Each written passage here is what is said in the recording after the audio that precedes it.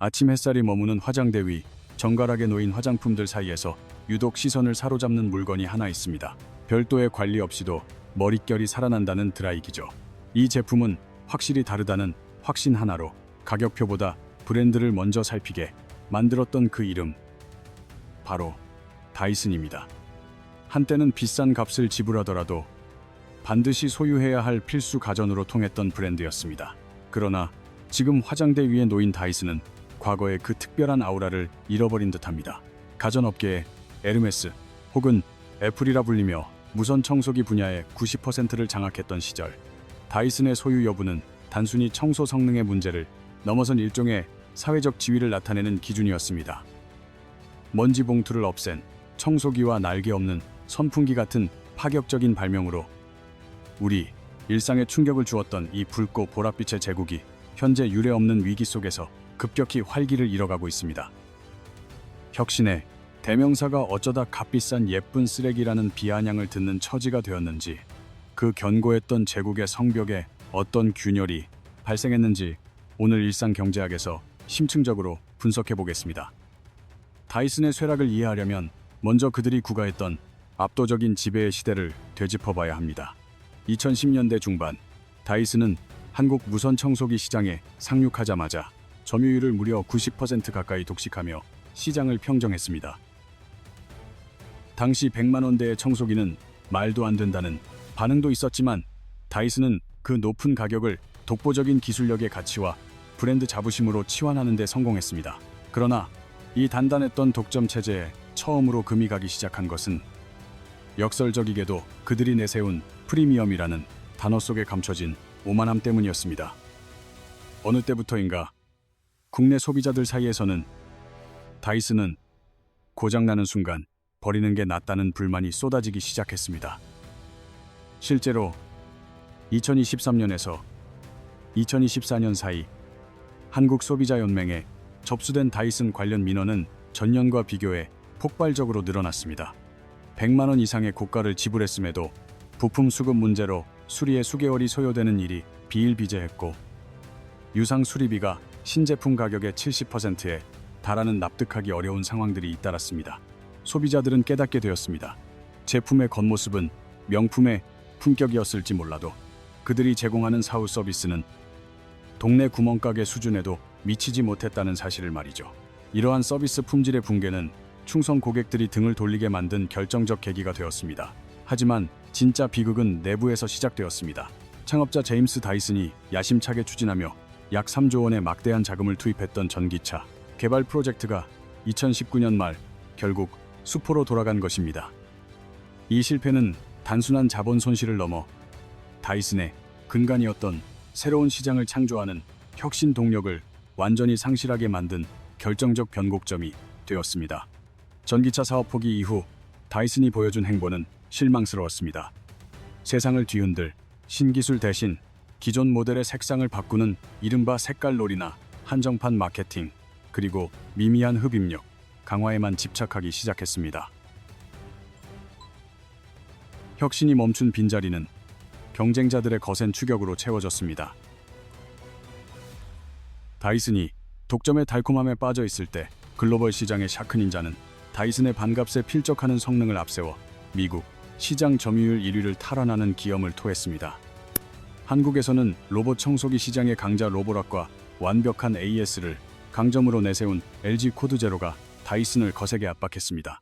여기에 중국의 드림이나 샤오미 같은 이른바 차이슨 브랜드들이 다이슨 성능의 80% 이상을 파격적인 가격으로 선보이며 시장의 하단을 장악해버렸습니다. 그 결과는 처참했습니다. 2024년 기준 다이슨의 국내 무선 청소기 점유율은 90%에 육박했던 과거의 영광이 무색하게도 10% 수준까지 곤두박질 친 것으로 분석됩니다. 독점 시대는 저물었고 다이슨은 이제 수많은 선택지 중 하나로 전락했습니다. 혁신에 대한 강박이 낳은 기괴한 실패작들과 창사 이래 최대 규모의 감원 소식까지 다이슨의 성적표는 그야말로 참담했습니다. 2024년에 발표된 2023년 회계연도 기준 다이슨 본사의 세전이익은 40% 이상 급감하며 13억 파운드에서 9억 파운드대로 주저앉았습니다. 이는 단순히 판매 부진을 넘어 다이슨이라는 브랜드의 프리미엄 전략이 시장에서 더 이상 효력이 없음을 알리는 강력한 경고였습니다. 모터 기술의 상향 평준화로 경쟁사와의 기술 격차는 좁혀졌음에도 다이슨은 여전히 과거의 성공에 도취해 가격표에만 혁신 비용을 더 씌워온 결과가 수치로 증명된 것입니다.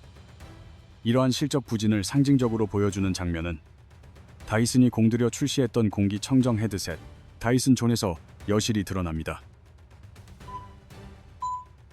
약 120만 원이라는 황당한 가격과 마치 SF 영화 속 악당을 떠올리게 하는 파격적이다 못해 난해한 디자인으로 전 세계 테크 리뷰어들에게 문매를 맞았습니다. 다이슨은 이를 혁신이라 자평했으나 시장은 독창성에만 매몰된 실패작이라 냉소했죠.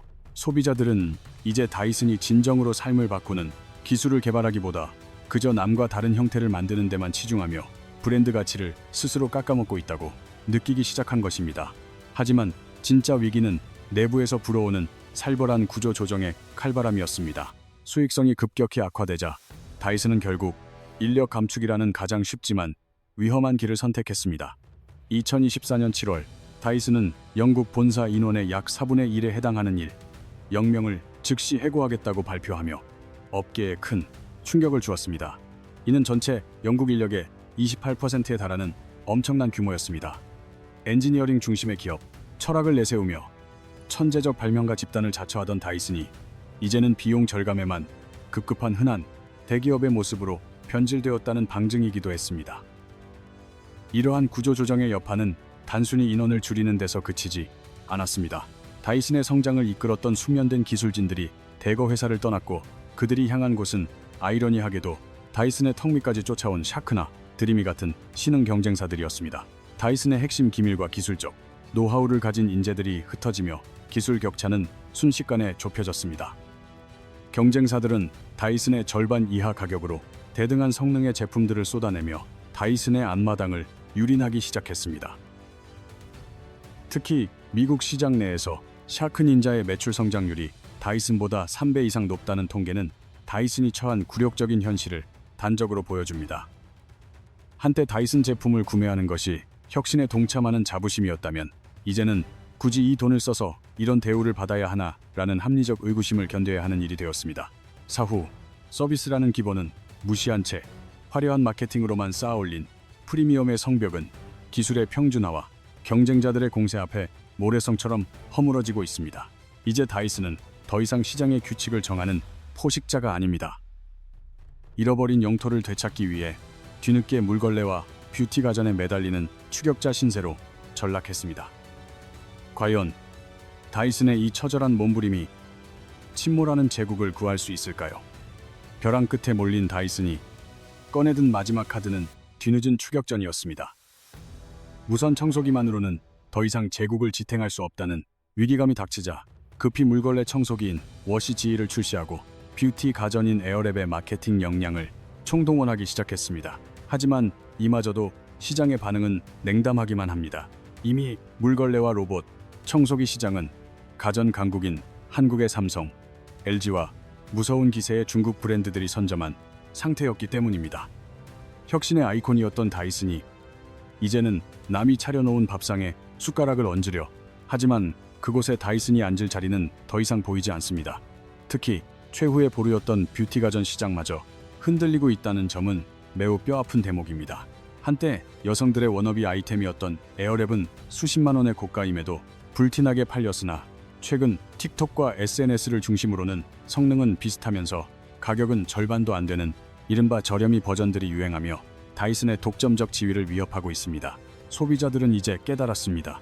다이슨이라는 브랜드 값에 거액을 지불하기보다 합리적인 가격의 대체제를 선택하는 것이 훨씬 현명하다는 사실을 말이죠.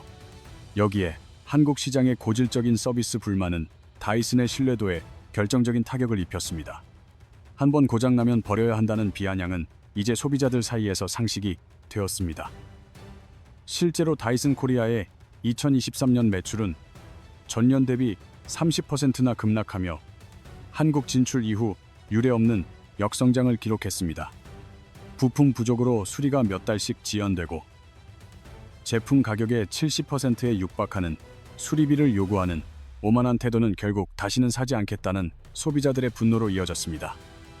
높은 비용을 지불한 만큼 그에 맞는 대우를 기대했던 고객들의 믿음이 완전히 무너진 것입니다. 결국 다이슨의 몰락이 주는 교훈은 명확합니다.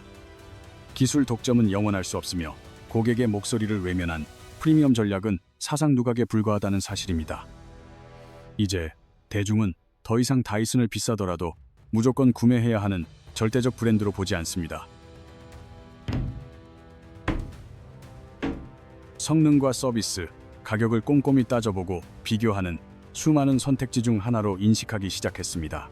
한때 거실을 차지했던 그 세련된 기계들이 한때의 영광을 뒤로 한 채 애물단지로 전락한 모습은 혁신하지 않는 권력은 반드시 도태된다는 시장의 냉철한 교훈을 다시금 되새기게 합니다.